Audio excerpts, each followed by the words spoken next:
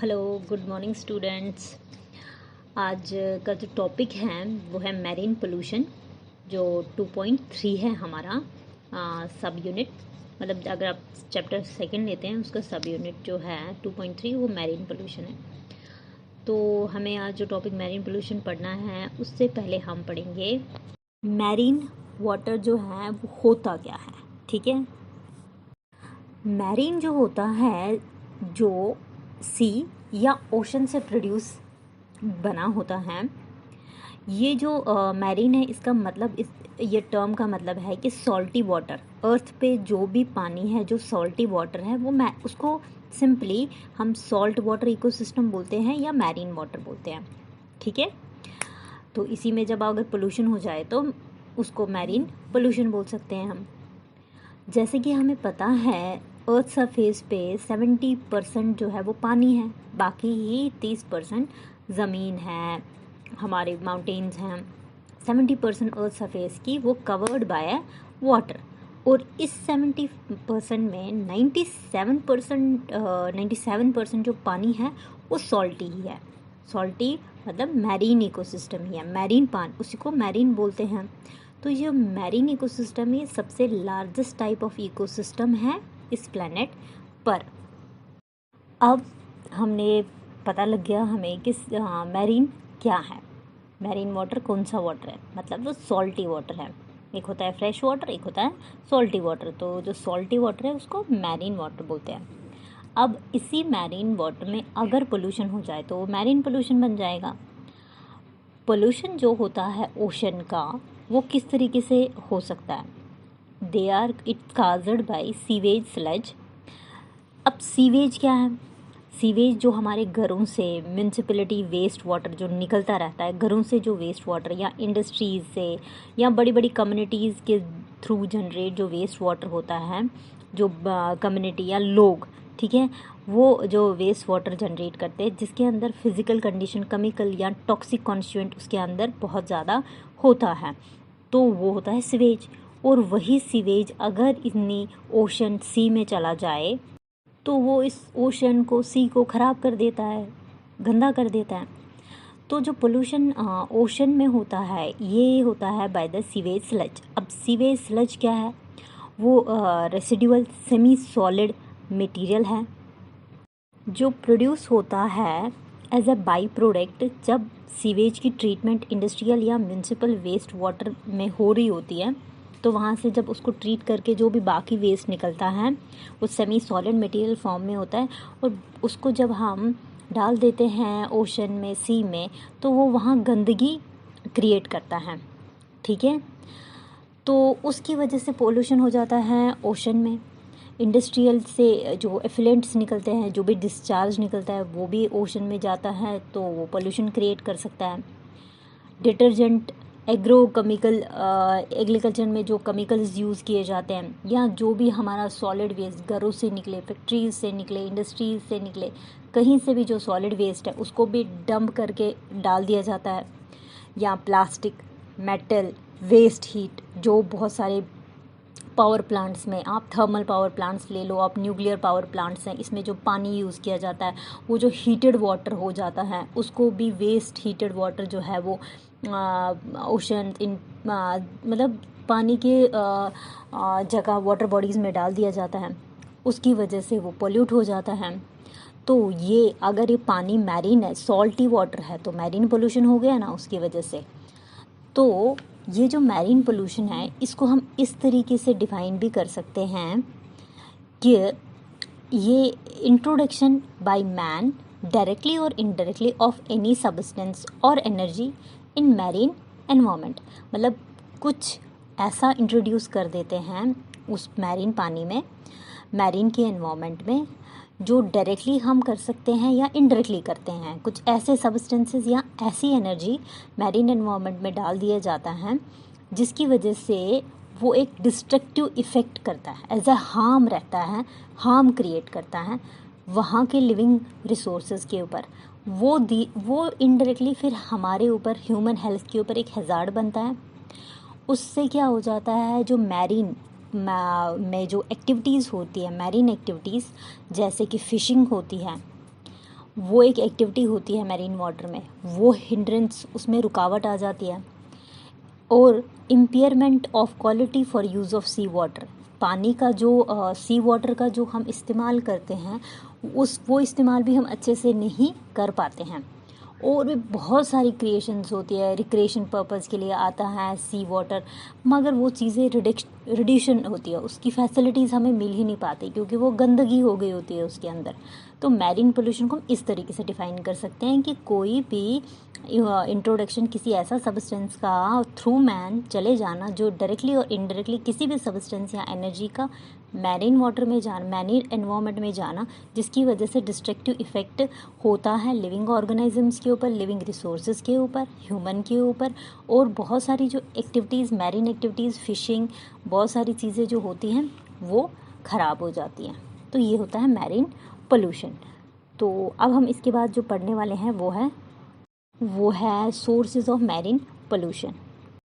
अब जो sources of marine pollution हैं उसको हम एक एक करके पढ़ेंगे, किन सोर्सेज, किन ज़रियों के द्वारा ज़रियों से मैरीन का पोल्यूशन हो जाता है, मैरीन वाटर का पोल्यूशन हो जाता है, वो कौन से हैं ज़रिए जिनकी वजह से ये चीज़ें हो जाती हैं। अब जो पहला है वो है लैंड बेस्ड सोर्सेज। लगभग 80% जो मैरीन पोल्यूशन है ये लगभग लैंड पे जो एक्टिविटीज़ हो रही होती हैं उन एक्टिविटीज़ की वजह से जो मैरीन में ये सारा पोल्यूशन चला जाता है। कुछ ऐसी एक्टिविटीज़ होती हैं वो, जैसे हम एग्रीकल्चर करते हैं, पेस्टिसाइड्स यूज़ करते हैं, केमिकल्स यूज़ करते हैं, लैंड के ऊपर जितने भी हम बहुत सारी काम करते हैं, फैक्ट्रियाँ बना दे, कंस्ट्रक्शन का काम करते, कोई इंडस्ट्री बनाते हैं, फैक्ट्री बनाते हैं, तो ये सारा वहाँ से जनरेट होता है वेस्ट। बहुत सारी ऐसी एक्टिविटीज़ होती हैं, माइनिंग एक्टिविटीज़ होती हैं।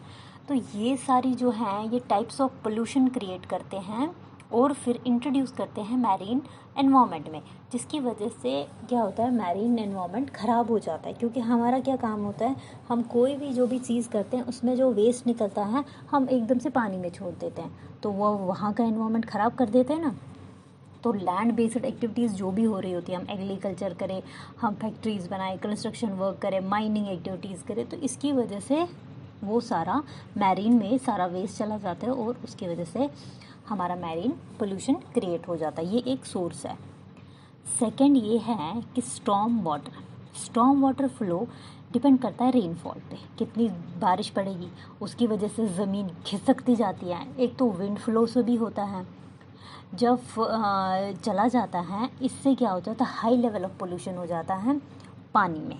ठीक है, जब बारिश बहुत ज़्यादा आएगी तो वो एकदम बहा के एकदम फ्लड के हिसाब से लेके जाएगी, जिससे क्या होता है हेवी मेटल, ये अब भी अगर ज़मीन पे होंगे, ऑयल अगर पड़ा होगा, oil residues, nutrients, micro organisms जो भी ज़मीन पे होंगे, हवा में होंगे, ये सब वॉश आउट होके एकदम से, जैसे माइक्रो ऑर्गेनिजम्स अगर आप लेंगे, वायरस है, बैक्टीरिया है, प्रोटोजोआ है, ये फेशियल मैटर, जो भी अगर कोई खुले में शौच करता है, खुले में बाथरूम कर देता है, कितना ज़्यादा उसमें बैक्टीरिया, वायरसेस होते हैं, बहुत सारी मतलब गंदगी होती है, फिर उनके ऊपर माइक्रो ऑर्गेनिजम्स भी बैठते हैं। तो वो सारी चीज़ें जब वॉश आउट हो जाएंगी स्टॉर्म वाटर के थ्रू, तो वो चले जाते हैं मैरीन एनवायरनमेंट में, तो ये ख़राब कर देते हैं मैरीन एनवायरनमेंट को। थर्ड वन है पाइपलाइंस, डिस्पोजल ऑफ फुल्ली और partially treated municipal and industrial waste. जब भी हम म्यूनसिपल वेस्ट जो निकलता है या इंडस्ट्री से जो वेस्ट निकलता है, अगर हमने उसको डिस्पोज करना है, अच्छे से डिस्पोज करना है, तो वो क्रिएट कुछ नहीं करेगा। डिस्पोज ऑफ फुली या पार्शली जो ट्रीटेड होता है, तो हम इनको थ्रू पाइपलाइंस के थ्रू वहाँ से डिस्चार्ज होता है म्यूनसिपल वेस्ट, पाइपलाइंस के थ्रू जाता है ये, वो फिर बाद में जाके ये ऐड कर देता है कहाँ पे, मैरीन एनवायरनमेंट में। तो ये भी एक कंट्रीब्यूट करता है। एक अगर देखा जाए लैंड बेस्ड एक्टिविटी ये भी है, तो मैरीन पोल्यूशन हो जाता है इससे, क्योंकि हमारा काम यही होता है कि जो भी हमारे घरों से निकले पानी या हम मतलब कोई भी चीज़ निकले तो वो पाइपों के थ्रू ही निकलता है, पाइपलाइंस के थ्रू ही निकलता है, चाहे इंडस्ट्रीज़ का वेस्ट है तो ये सारा पानी में चला जाता है।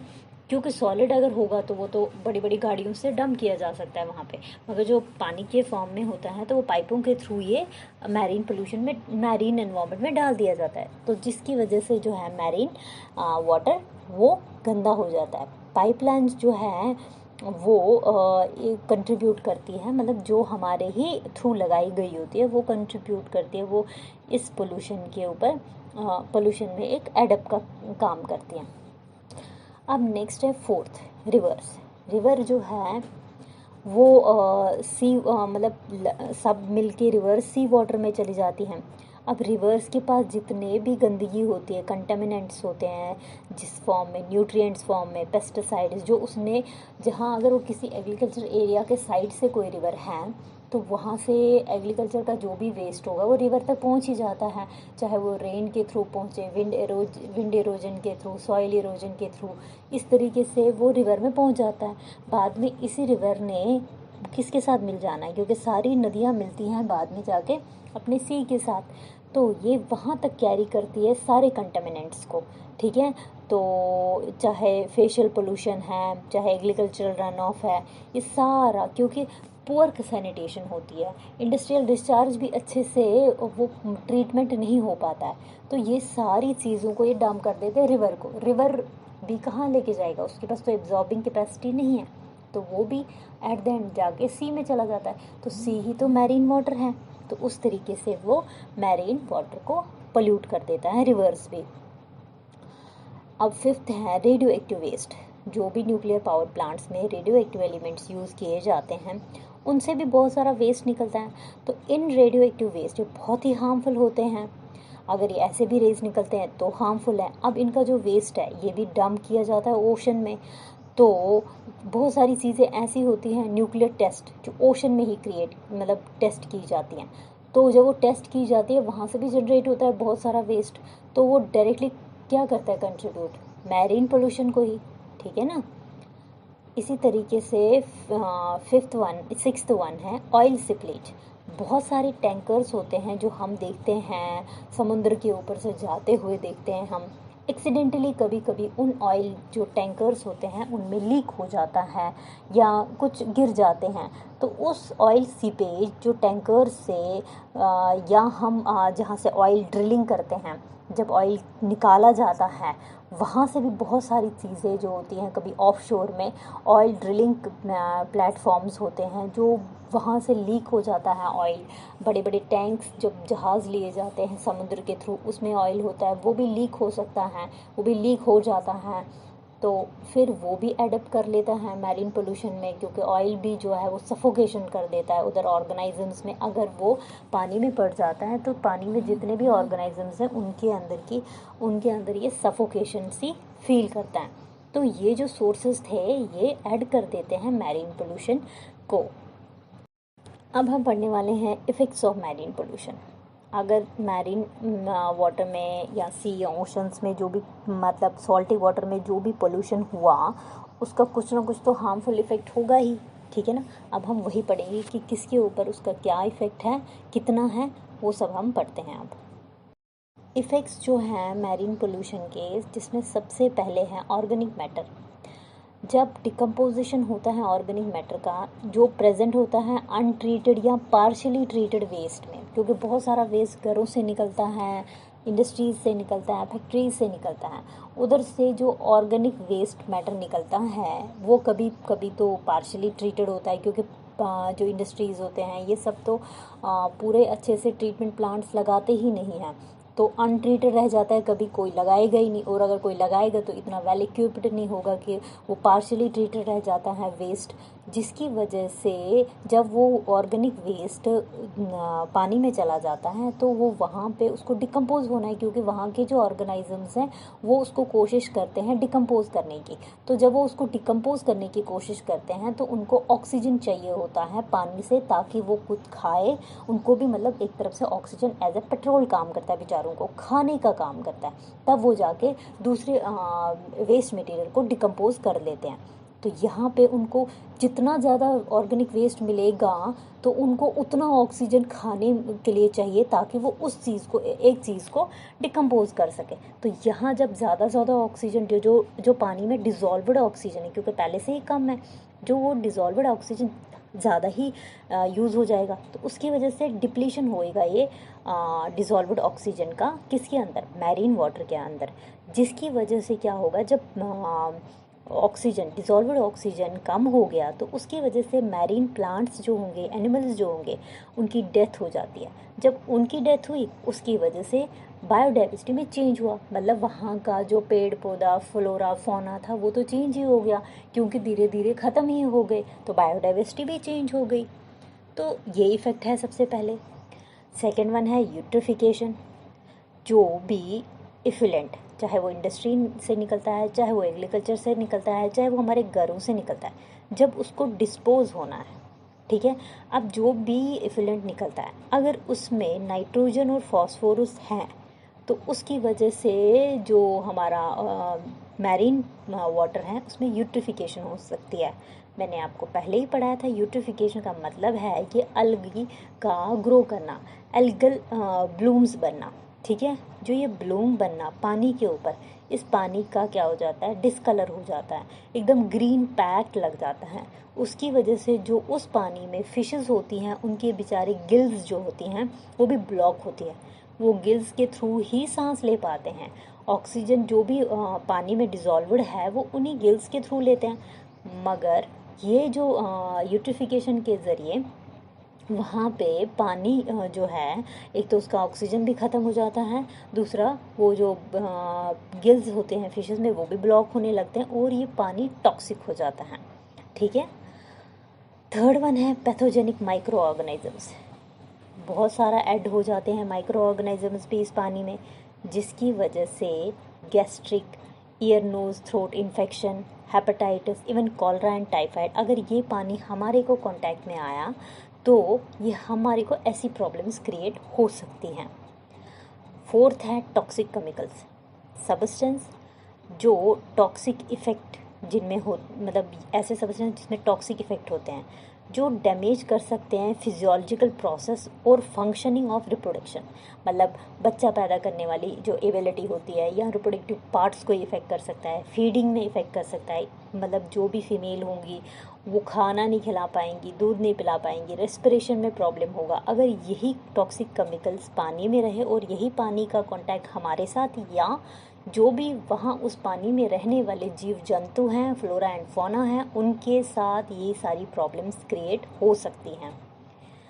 फिफ्थ वन है पेस्टिसाइड्स।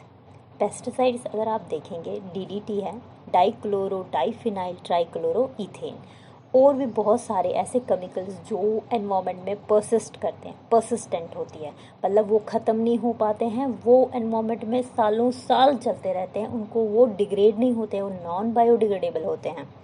जब वो सालों साल रहेंगे तो वो हर ऑर्गेनाइजम्स में एक्यूमुलेट होते रहेंगे, जैसे मैंने आपको कल भी पढ़ाया था बायो एक्यूमुलेशन, वो ऑर्गेनाइजम्स के फैटी टिश्यू में एक्यूमुलेट होते रहेंगे, ठीक है, क्योंकि वो तो ख़त्म ही नहीं होंगे, एक ऑर्गेनाइज्म से दूसरे में पास ऑन होंगे, क्योंकि वो ख़त्म होने वाले नहीं हैं, थ्रू फूड चेन ये चलते जाएंगे। तो ये जो पेस्टिसाइड्स होते हैं ये केमिकल जिसकी वजह से रिप्रोडक्टिव फेलियर हो सकता है मैरीन में, मैमल्स और बर्ड्स में, उनके अंदर अगर ये पेस्टिसाइड्स चले गए, ये पेस्टिसाइड्स उनके अंदर कैसे जाएगा, जब हम एग्रीकल्चर एक्टिविटीज़ करते हैं वहाँ हम ये पेस्टिसाइड्स यूज़ करते हैं और वो पेस्टिसाइड्स किसी न किसी तरीके से पानी में पहुँच ही जाता है, चाहे आप सॉइल इरोजन बोलो, आप उसके थ्रू जाता है, जब विंड्स आती हैं बहुत सारी वो सॉइल को उठा के लेके जाती हैं तो वो चला जाता है, पानी में चले जाते हैं, या बारिश के थ्रू जो सारा वॉश आउट हो जाता है वो भी पेस्टिसाइड्स को लेके चला जाता है उसमें पानी में, तो उनके थ्रू ये वहाँ पानी में पहुँचा, तो वहाँ के जो मैरीन मैमल्स और बर्ड्स होते हैं वो ये जब पानी, ऐसा गंदा पानी पीते हैं उसकी वजह से उनके जो रिप्रोडक्टिव फेलियर हो जाता है, वो रिप्रोडक्शन कर ही नहीं पाते हैं, मतलब आगे जाके उनकी प्रजाति ही नहीं बनेगी, उनकी स्पीशी ही बैठ जाएगी, क्योंकि जब वो खुद से रिप्रोड्यूस कर ही नहीं पाएंगे। अब इसके बाद जो है वो है सिक्स्थ वन, ह्यूमन हेल्थ। अब जो ह्यूमन हेल्थ है इसके ऊपर किस तरीके से इफ़ेक्ट पड़ेगा, क्योंकि पहले तो सबसे पहले उसको इफ़ेक्ट पड़ता है जो उस जगह रहता है। अगर कोई पानी में रहता है तो सबसे पहला इफ़ेक्ट उसको होगा, फिर उस पानी से जो चीज़ें होती हैं अगर कोई वो कंज्यूम करेगा या उस पानी के साथ डायरेक्ट लिंक किसी का है तो उसके ऊपर पड़ेगा। तो अब ह्यूमन हेल्थ के ऊपर कैसे पड़ेगा, बहुत सारे पोल्यूटेंट्स जो हैं, फ्यूरेन्स, डाइऑक्सिन्स, ये सारे केमिकल्स होते हैं जो एज ए हम पेस्टिसाइड, फर्टिलाइज़र केमिकल्स यूज़ करते हैं हम, तो पॉलीक्लोरिनेट, बाइफिनाइल्स और कुछ हेवी मेटल्स जो धीरे धीरे एक्यूमुलेट होते गए पानी में, पानी में, मैरीन एनवायरनमेंट में, और वहाँ के ऑर्गेनिजम्स में, मैरीन ऑर्गेनिजम्स में, चाहे वो फिश थी, कोई भी टाइप का हो, स्मॉल जू प्लैंक्टन्स, उसके फाइटोप्लैंक्टन्स, उनमें एक्यूमुलेट होते गए, जैसे बायोमैग्निफिकेशन मैंने बताया था आपको। जब ये ह्यूमन बीइंग इन चीज़ों को कंज्यूम करेगा, किन चीज़ों को, सी फूड को, सी फूड में प्रॉन आता है, क्रैब्स आते हैं, फिश आती है, जब वो ये कंज्यूम करेगा, खाएगा, तो उन चीज़ों को खाने का मतलब क्या है कि उनके अंदर तो वो, क्योंकि वो उस एनवायरनमेंट में रह रहे हैं, उस एनवायरनमेंट में वो रह रहे हैं, वो गंदा पानी यूज़ कर रहे हैं। जब वो गंदा पानी यूज़ कर रहे हैं तो उनके अंदर वही केमिकल, वही टॉक्सिक केमिकल चला जाता है, तो वो उनकी बॉडी में रह जाता है। वो तो कहीं डिस्ट्रॉय नहीं होता, ना ब्रेक डाउन होता है, ना एक्सक्रीट होता है, बाहर नहीं निकलता। जैसे हम पानी पीते हैं तो कुछ टाइम के बाद हम वॉशरूम जाते हैं, ठीक है ना, मतलब पानी निकल गया, या हम खाना कुछ खाते हैं तो हमारा solid waste in the form of stool निकल जाता है। मगर ये जो होता है ये केमिकल, ये हमारी टिश्यूज़ में उधरी रहता है, ये कहीं नहीं बाहर जाता है, ये वॉश आउट होता ही नहीं है, एक्सक्रीट होता ही नहीं है। तो जब यही फिश जो है ये खाएगी, ये पानी पिएगी ये वाला, तो इसकी बॉडी में ये केमिकल्स घुस गए, तो ये इसको निकलने वाला नहीं है। तो जब हमने ये फ़िश खाई, हमको ये केमिकल चला गया अंदर, और हमारी बॉडी में से भी ये बाहर नहीं निकलने वाला है। तो अब हम एक्सपोज हो गए किसके, इन पोल्यूटेंट्स को। हमने डायरेक्टली तो नहीं किया था बट इनडायरेक्टली हम एक्सपोज हो गए, तो ये हमारे ह्यूमन हेल्थ के ऊपर बहुत इफ़ेक्ट करती है। इससे हमारी मेंटल प्रॉब्लम होती है, मेंटल डिसऑर्डर होता है, प्रोडक्शन फेलियर होता है हमारा भी, हार्ट प्रॉब्लम्स होती हैं, बहुत सारी टाइप की किडनी प्रॉब्लम्स होती हैं। ऐसे ऐसे हम सुनते हैं कैंसर हो गया, हमने ऐसा कोई कार्सिनोजेनिक सब्सटेंस नहीं भी खाया होता है बट हमने इनडायरेक्टली किसी ना किसी तरीके से कंज्यूम किया होता है, ठीक है, तो जिसकी वजह से हमारे ऊपर ये इफ़ेक्ट होता है। 7th है रेडियो एक्टिव वेस्ट। बहुत सारा जो रेडियो एक्टिव वेस्ट जो कंटेनर्स हैं, अगर जो उसमें रेडियो एक्टिव मतलब वेस्ट कंटेन कर रहा है, कहीं से पावर प्लांट जो है, थर्मल पावर प्लांट या न्यूक्लियर पावर प्लांट, जहाँ से रेडियो एक्टिव एलिमेंट्स को यूज़ होना होता है, वहाँ से वेस्ट भी निकलता है। अब जिस कंटेनर में रखा है, अगर उस कंटेनर में लीकेज हुआ, ठीक है, तो उसकी वजह से धीरे धीरे जो ये रेडियो एक्टिव वेस्ट है डीप सी में चला जाता है, ठीक है, तो जिसकी वजह से बहुत डिवास्टेटिंग इफ़ेक्ट हो सकता है। तो ये जो रेडियो एक्टिव वेस्ट है, अगर हमने इसको प्रॉपरली हैंडल नहीं किया, कोई भी लीकेज हुआ, कोई भी failure radioactive waste container में हुआ, जिसकी वजह से ये हमारे पानी को, मैरीन पानी को ख़राब करेगा, उनके लिविंग ऑर्गेनिजम्स को करेगा, तो अल्टीमेटली ये जाके हमको ही इफ़ेक्ट करने वाला है। तो ये आपका था इफ़ेक्ट्स क्या हैं इसके। अब हमारा जो नेक्स्ट है वो है प्रिवेंशन और कंट्रोल ऑफ मैरीन पोल्यूशन। किस तरीके से हम मैरीन पोल्यूशन को कंट्रोल कर सकते हैं, प्रिवेंट कर सकते हैं, बचा सकते हैं कि ऐसा पोल्यूशन ना हो। सबसे पहला हमारा यही होगा कि हमें जो introduction of sewage treatment plant, जो भी डोमेस्टिक या इंडस्ट्रियल सीवेज निकलता है, उसके लिए हमें सीवेज ट्रीटमेंट प्लांट लगाना है, इंट्रोड्यूस करना है, ताकि बीओडी ऑफ फाइनल प्रोडक्ट जो है वो रिड्यूस हो सके बिफोर डिस्चार्जिंग इनटू द सी। जो भी हमारा वेस्ट निकलता है, जब लास्ट में वो वेस्ट कहाँ पहुँचे, पानी में, वो उतना गंदा ना हो जितना वो फैक्ट्री या कभी कहीं डोमेस्टिक जगहों से निकलने के टाइम पे जो वेस्ट निकलता है, जब वो लास्ट डेस्टिनी पे पहुंचता है वो उतना गंदा ना हो, उसके बीच में ही उसका ट्रीटमेंट हो जाए, ताकि लास्ट में वो जितना हो सके कम, लेस हो। अब सबसे पहली बात थी बीओडी होता क्या है। अब जो ये बीओडी है ये क्या है, बायोकेमिकल ऑक्सीजन डिमांड। ये वो amount of oxygen, dissolved oxygen, जो ज़रूरत होता है एक एरोबिक बायोलॉजिकल ऑर्गेनिज्म, एरोबिक वो होता है जो ऑक्सीडाइज करे किसी भी सब्सटेंस को in presence of oxygen. Anaerobic होता है जो इन एब्सेंस ऑफ ऑक्सीजन वो डिकम्पोज करता है किसी को। तो बायोलॉजिकल ऑक्सीजन डिमांड जो होता है ये वो अमाउंट ऑफ डिसॉल्व्ड ऑक्सीजन होता है जो ज़रूरी होता है एक एरोबिक बायोलॉजिकल ऑर्गेनिज्म को, ताकि वो ब्रेक डाउन कर सके ऑर्गेनिक मैटर जो किसी भी वाटर सैंपल में प्रेजेंट होगा। ऑर्गेनिक मैटर उसको ब्रेक डाउन करने के लिए एक ऑर्गेनिज्म को, एक एरोबिक ऑर्गेनिजम्स को डिसॉल्व्ड ऑक्सीजन चाहिए, ठीक है, और एक सर्टेन टेम्परेचर पे चाहिए और एक स्पेसिफिक टाइम पीरियड के लिए चाहिए उसको। तो ये होता है biological oxygen demand, biochemical oxygen demand, ठीक है। कितना उसको चाहिए डिसॉल्व्ड ऑक्सीजन एक एरोबिक बायोलॉजिकल ऑर्गेनिज्म को, ताकि वो ऑर्गेनिक मैटर जो भी वेस्ट वाटर में वाटर सैंपल में ऑर्गेनिक मैटर है उसको क्या करना, ब्रेक डाउन ऑर्गेनिक मैटर को। जो बीओडी वैल्यू होता है मोस्टली एक्सप्रेस किया जाता है milligram of oxygen consumed per litre of sample during 5 days of incubation at 20 degree Celsius में, ठीक है, समझ आई। तो जब हम ऐसा ट्रीटमेंट प्लांट इंट्रोड्यूस करते हैं ताकि हमारा जो फाइनल प्रोडक्ट, जो फाइनल वेस्ट जो हमारा निकले उसका बीओडी बहुत कम हो, उसको ज़रूरत ना पड़े, ताकि हम उसको लास्ट में उस फाइनल प्रोडक्ट को डिस्चार्ज इजीली सी में करें और वो इतना गंदा ना करे सी को, ठीक है। हम उसको पहले ही ट्रीट करेंगे थ्रू सीवेज ट्रीटमेंट प्लांट। और केयरफुल हैंडलिंग ऑफ ऑयल, जो भी हम कंटेनर यूज़ करते हैं ऑयल और पेट्रोलियम प्रोडक्ट्स के लिए, हम उसको केयरफुली हैंडल करें। हमेशा cleaning oil from surface water, अगर कोई ऑयल का गिर भी गया है पानी पे, सरफेस वाटर पे, हम उसको बार बार साफ़ करें, ठीक है। जो भी बीच्स होते हैं कंटामिनेटेड बीच्स, उसको भी साफ़ करें। बहुत सारे ऐसे केमिकल जिसको हम डिस्पर्सेंट्स बोलते हैं वो डाल दिया जाए, ताकि वो ऑयल के ऊपर जब स्प्रे होता है वो उसको साफ़ कर देता है, ठीक है, अगर कहीं पे ऑयल गिर भी गया होगा। ये एक तरीका है हमें मैरीन पोल्यूशन को बचाने का। थर्ड वन है कि dispose fully treated municipal and industrial waste.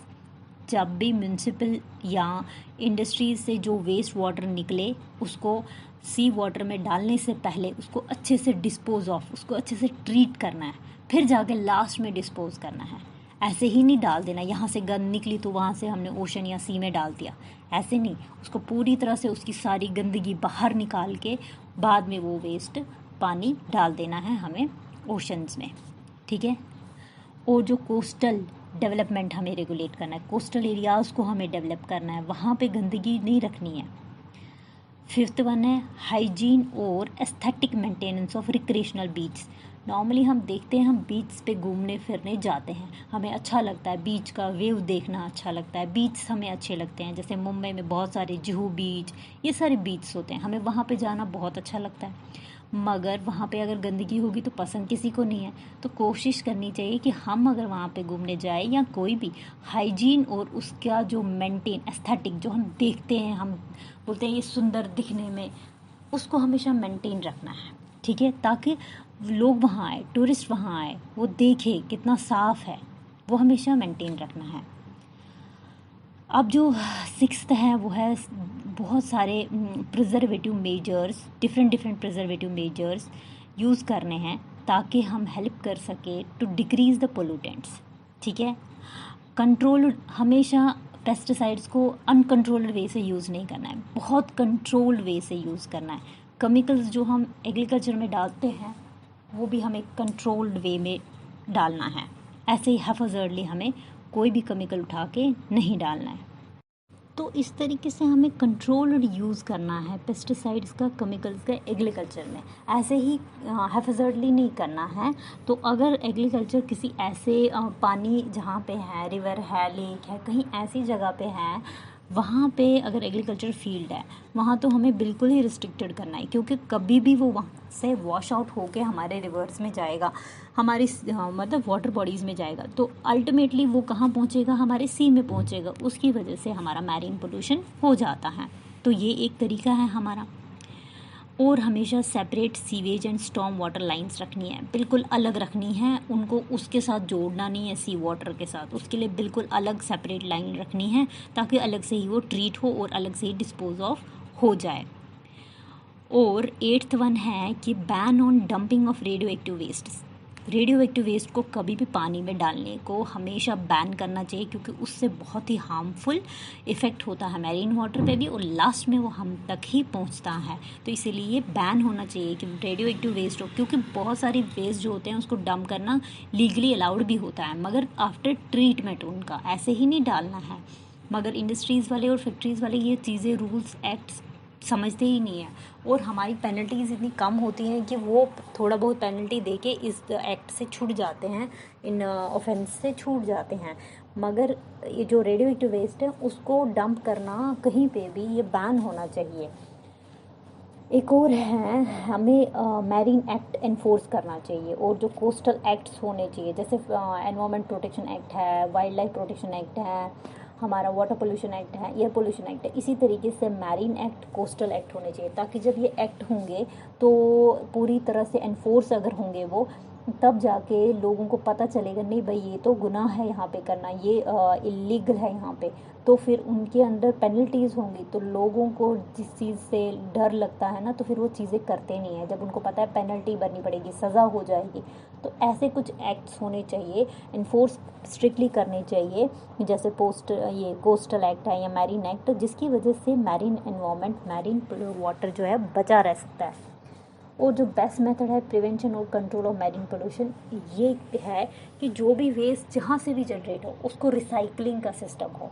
कोई भी वेस्ट हम ऐसे ही ना कहीं पे फेंकें, हमें हमेशा वेस्ट में से जो चीज़ें वापस रिसाइकल हो सकती है, वापस रीयूज़ हो सकती है, हमें वो कोशिश करनी चाहिए वैसे करने की, ना कि एकदम से डंप कर दिया और हमने अपने से छुटकारा पा लिया, मगर लास्ट में ये चीज़ें हम तक ही पहुँचेंगी। अगर आप कभी देखेंगे स्टॉर्म आता है, साइक्लोन आता है, बहुत सारी जो समुद्र में हमने गंदगी फेंकी होती है ना, वो वापस हमें उठा के फेंकता है, क्योंकि जब वो बड़ी बड़ी टाइड्स आती हैं, उनकी वेव्स जो आती हैं, वो एकदम से हमारे को ही वापस हमारे तक ही पहुंचा देता है। तो जो चीज़ें हम उसको पहुंचाएंगे वो हमें ही दे देगा। तो इसीलिए कभी भी ऐसी चीज़ें नहीं करनी चाहिए जो कल को हमें ही उसका खामियाजा भुगतना पड़ेगा। तो ये था आपका मैरीन पोल्यूशन।